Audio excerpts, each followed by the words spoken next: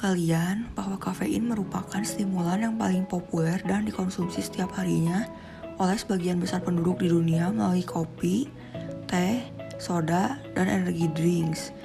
Sebanyak 70% orang dewasa di Amerika mengkonsumsi kafein setiap harinya. Dan pada tahun 2022, E-Imports melaporkan bahwa Amerika merupakan negara yang mengkonsumsi kopi paling banyak per hari.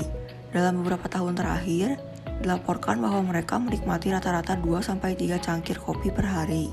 Pertama, berdasarkan hasil penelitian sebelumnya, menemukan bahwa kafein dapat meningkatkan kegembiraan dan kegairahan, meningkatkan daya ingat, serta mengurangi kejadian tip of the tongue. Fakta kedua, kafein juga dapat membuat dopamin mengalir lebih bebas sehingga dapat membawa perasaan well-being, dapat meningkatkan energi, meningkatkan kewaspadaan, serta waktu reaksi yang lebih cepat. Yang ketiga, selain dapat meningkatkan kewaspadaan, sejumlah penelitian juga menunjukkan bahwa kafein dapat meningkatkan kinerja kognitif, mempercepat reaksi, dan dapat mempertahankan atensi bagi orang yang membutuhkan kafein.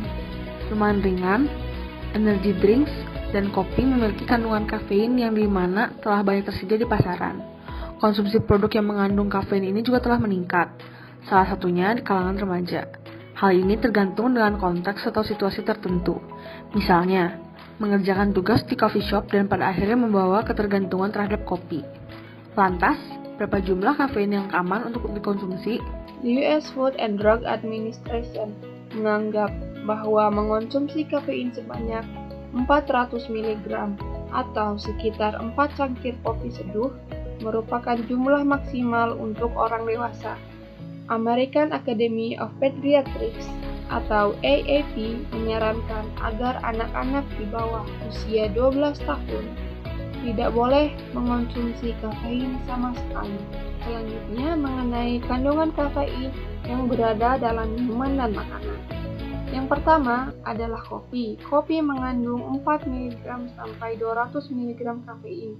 Kedua, ada teh yang mengandung 5 sampai 47 mg kafein.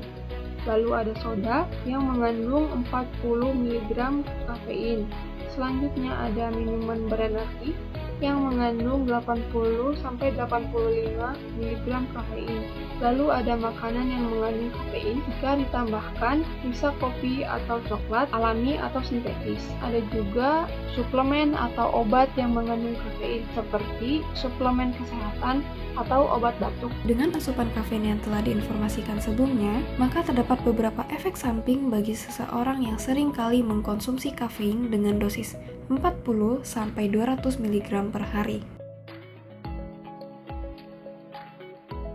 Asupan kafein harian yang sangat tinggi dapat menyebabkan kecemasan dan kegelisahan pada kebanyakan orang, sedangkan untuk dosis rendah hingga sedang dapat membuat pernafasan menjadi cepat, meningkatkan tingkat stres dan kewaspadaan. Kafein dapat membantu orang untuk tetap terjaga.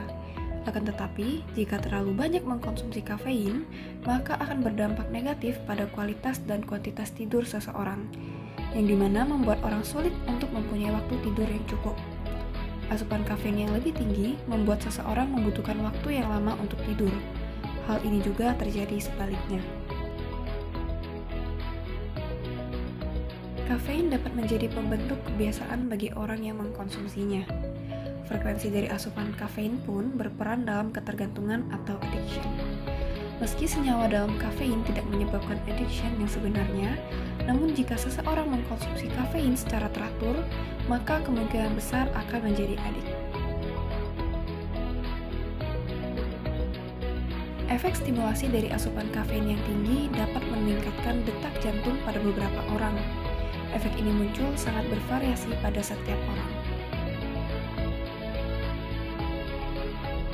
Kopi, teh, dan minuman berkafein lainnya memang dapat meningkatkan energi.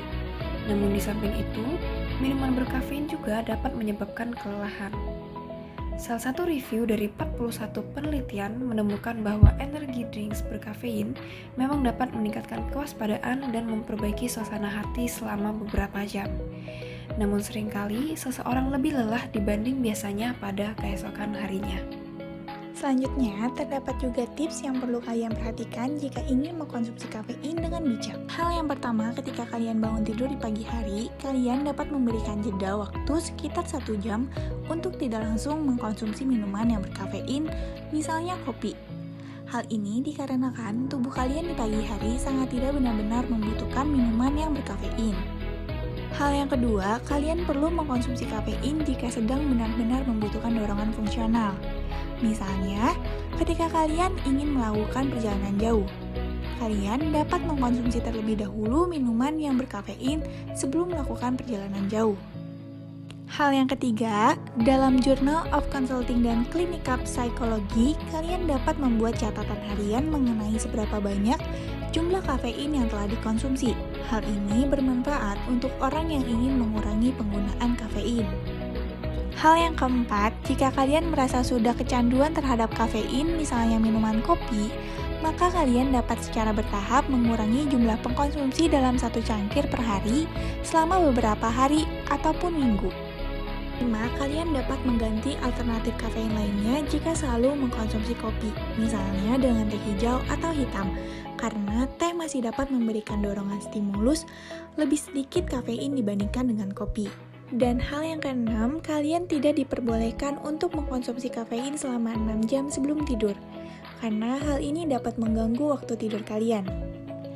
Nah, selain tips tersebut, terdapat hal yang perlu kalian perhatikan tentang siapa yang harus membatasi atau menghindari konsumsi yang berkafein, yaitu ibu hamil dan menyusui, karena kafein dapat mempengaruhi bayi melalui plasenta, dan juga ibu yang sedang menyusui karena hal ini dapat mentransfer kafein kepada bayi. Lalu orang yang memiliki gangguan tidur atau insomnia, yang memiliki anxiety, migrain, dan MAH, yang memiliki tekanan darah tinggi, masalah detak jantung, dan juga anak kecil dan remaja yang berusia di bawah 12 tahun.